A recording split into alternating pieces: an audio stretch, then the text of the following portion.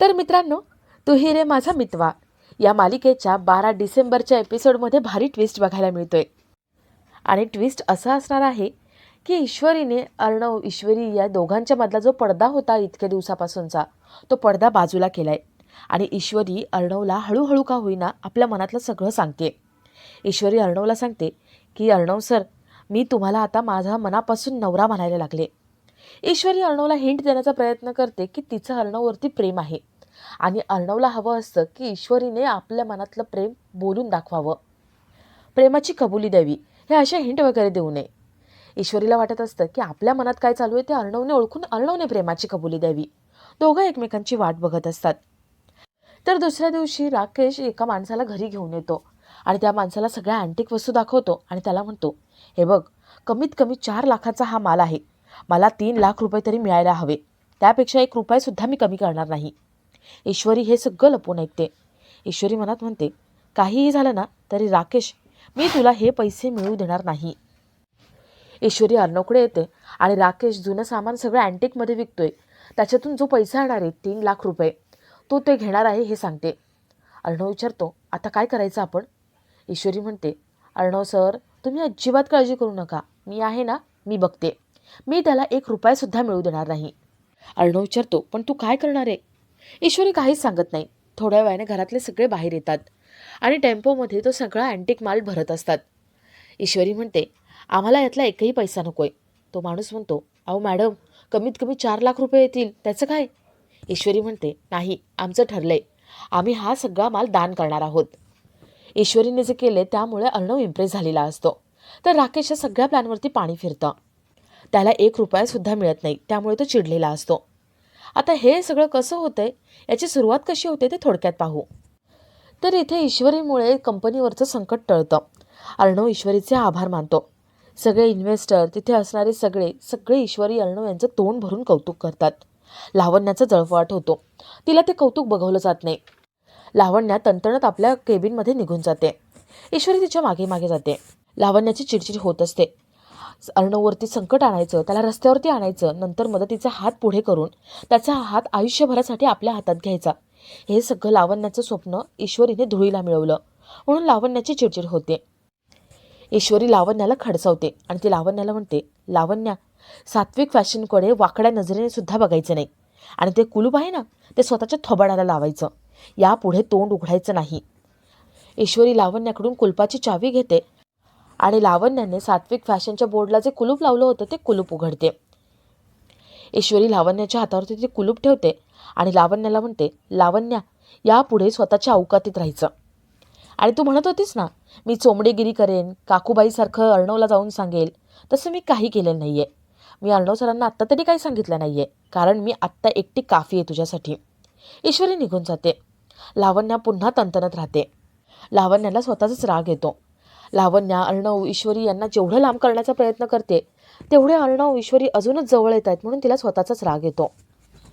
तर रात्री अर्णव ईश्वरी घरी आलेले असतात. अर्णव ईश्वरीचे आभार मानतो. ईश्वरी म्हणते, सारखं सारखं थँक्यू नका म्हणू. आपण एक काम करू ना, आपण सेलिब्रेशन करू. अर्णव विचारतो, सेलिब्रेशन? काय पाहिजे तुला? मी आत्ता 5 स्टारमधून ऑर्डर करतो. ईश्वरी म्हणते, नाही हो, 5 स्टारमधून नको. आपण एक काम करू ना, आपण गरमागरम भुट्टा खाऊ. थंडीमध्ये आपण बाहेर बसू सगळे आणि भुट्टा खाऊ.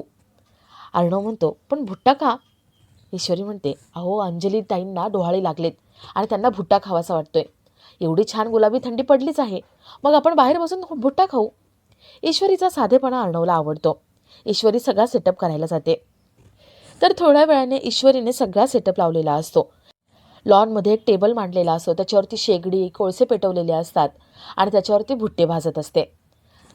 राकेश, अर्णव अंजलीच्या डोळ्यावर पट्टी बांधून तिला तिथे घेऊन येतात आणि तिला सरप्राईज देतात. अंजलीला ते सरप्राईज खूप आवडतं. अंजली ईश्वरीला थँक्यू म्हणते आणि भुट्टा खायला लागते. ईश्वरी सगळ्यांना गरमागरम भुट्टे भाजून देते. आकाश म्हणतो, आता आपण इथे बसलोय ना, तर छान भुट्टा खात आपण एक गेम खेळायचा. आपल्यापैकी एकाने एक शब्द सांगायचा आणि सगळ्यांनी त्या शब्दावरती त्यांना काय वाटतं हे सांगायचं. सगळे ते गेम खेळतात. ईश्वरी पहिला शब्द देते, तो प्रेम. सगळे आपापल्या परीने त्याचा अर्थ सांगतात. ईश्वरी अर्णवला विचारते, तुम्हाला काय वाटतं, प्रेम म्हणजे काय असतं? अर्णव म्हणतो, प्रेम म्हणजे विश्वास. फ्रेंडशिप आधी होते, नंतर एकमेकांवरती विश्वास आणि त्यानंतर प्रेम होतं. अर्णव ईश्वरीला सांगण्याचा प्रयत्न करतो की आपल्यामधले मैत्रीचं नातं आता पुढे गेले. आता आपला एकमेकांवरती विश्वास गेलाय, म्हणजे आपल्यामध्ये आता प्रेम आहे. ईश्वरीला काही कळत नाही. सगळे ईश्वरीला विचारतात, ईश्वरी तुला काय वाटतं, प्रेम म्हणजे काय असतं? ईश्वरी काहीतरी बोलायचं म्हणून बोलते. ईश्वरी म्हणते, प्रेम प्रेम म्हणजे गेम असतो. सुरू होतो आणि शेवट कसा होईल त्याचा नेम नाही. कोणाला काहीच कळत नाही. ईश्वरी आकाशला म्हणते, आकाश भाऊजी अजून कोळसा लागेल हा, आपल्याला अजून भुट्टे खायचेत. आकाश कोळसा आणण्यासाठी स्टोर रूममध्ये जातो. आकाश स्टोर रूममध्ये कोळसा शोधत असताना त्याच्या हाताला ती पेटी लागते. आकाश ती पेटी उघडणार तेवढ्यात तिथे वल्लरी येते. वल्लरी आकाशला म्हणते, आकाश इथे काय करतोयस, सगळे बाहेर बसले होते ना? आकाश म्हणतो, आई कोळसा संपलाय, तो कोळसा घ्यायला आलोय. बाबांनी कोळसा कुठे ठेवला नाही माहिती मला. वल्लरी त्याला कोळसा कुठे तो सांगते आणि त्याला जायला सांगते. आकाश कोळसा घेऊन निघून जातो. वल्लरी मनात म्हणते, बरं झालं मी वेळेवर आले आणि आकाशला थांबवलं, नाहीतर आकाशच्या हाताला आज हे निगेटिव्ह लागले असते. वल्लरी गमने तिथे खाली चिटकवते आणि त्या नेगेटिव्हवरती एक कपडा चिटकवून टाकते. ते निगेटिव्ह कोणाच्या हाताला लागू नये म्हणून तिने सगळं करून ठेवलेलं असतं. वल्लरी ठरवते की आता आपण ठरवायचं आणि त्यावेळेला आपण ही पेटी सगळ्यांसमोर आणायची, ही निगेटिव्ह सगळ्यांसमोर आणायची. वल्लरी अँटिक मालामध्येच ती पेटी ठेवून तिथून निघून जाते. तर थोड्या वेळाने अर्णव ईश्वरी रूममध्ये येतात. ईश्वरीने अंथरूण व्यवस्थित केलेलं असतं आणि दोघांची झोपायची तयारी असते. अर्णव विचारतो, मी सिंदूर आपल्या दोघांमधला पडदा? ईश्वरी म्हणते, मी काढून टाकलाय, माझा तुमच्यावरती पूर्ण विश्वास आहे. अर्णवला हे ऐकून खूप छान वाटतं. ईश्वरी अर्णवच्या तोंडून ऐकण्याचा प्रयत्न करत असते की अर्णवचं आपल्यावरती प्रेम आहे आणि अर्णव वाट बघत असतो की ईश्वरी कधी कबूल करते तिचं प्रेम आहे. दोघं एकमेकांची वाट बघत असतात. ईश्वरी आडून आडून अर्णवला सांगण्याचा प्रयत्न करते की ती प्रेमात पडली आहे, पण अर्णवला काही कळत नाही. आणि आपला आजचा हा भाग इथेच संपतो. तर मालिकेच्या 12 डिसेंबरच्या एपिसोडमध्ये ईश्वरी अर्णवला म्हणते, अर्णव सर मला तुम्हाला काहीतरी सांगायचं आहे. अर्णवला वाटतं की ईश्वरी प्रेमाची कबुली देणार आहे. अर्णव खुश असतो. ईश्वरी म्हणते, सर मी मनापासून तुम्हाला माझा नवरा मानायला लागले. अर्णवला इथेही सुद्धा काही कळत नाही. तर दुसऱ्या दिवशी राकेश एका माणसाला घरी घेऊन येतो आणि त्याला स्टोर रूममधलं सगळं सामान दाखवतो. राकेश म्हणतो, हे बघ हे सगळं सामान नीट बघून घे, अँटिक माल आहे हा सगळा, कमीत कमी 4 लाख रुपये तरी येतील, पण हो मला 3 लाख रुपये हवेत, समजलं? तो माणूस हो म्हणतो. ईश्वरीने सगळं बघितलेलं असतं. ईश्वरी मनात म्हणते, काहीही झालं ना तरी तुला हा पैसा मिळू देणार नाही. ईश्वरी अर्णवला येऊन सांगते. अर्णव विचारतो, मी सिंदूर आता तू काय करणार आहेस? ईश्वरी म्हणते, बघाच आता तुम्ही मी काय काय करते. थोड्या वेळाने सगळे बाहेर येतात. ईश्वरी त्या माणसाला म्हणते, अहो दादा आम्हाला पैसे नको आहेत, याचे जे काही पैसे येतील ना ते चॅरिटीमध्ये देऊन टाका. तो माणूस राकेशकडे बघतो आणि सगळ्यांना विचारतो, खरं का तुम्हाला पैसे नको आहेत? ईश्वरी म्हणते, दादा आम्हाला हे सगळे पैसे दान करायचेत. ईश्वरीने राकेशच्या घशात एकही पैसा जाऊ दिला नाही म्हणून अर्णवला चांगलं वाटतं. तर राकेश खूप चिडलेला असतो. अर्णवने आधी पंगा घेतला होता, पण आता ईश्वरी सुद्धा.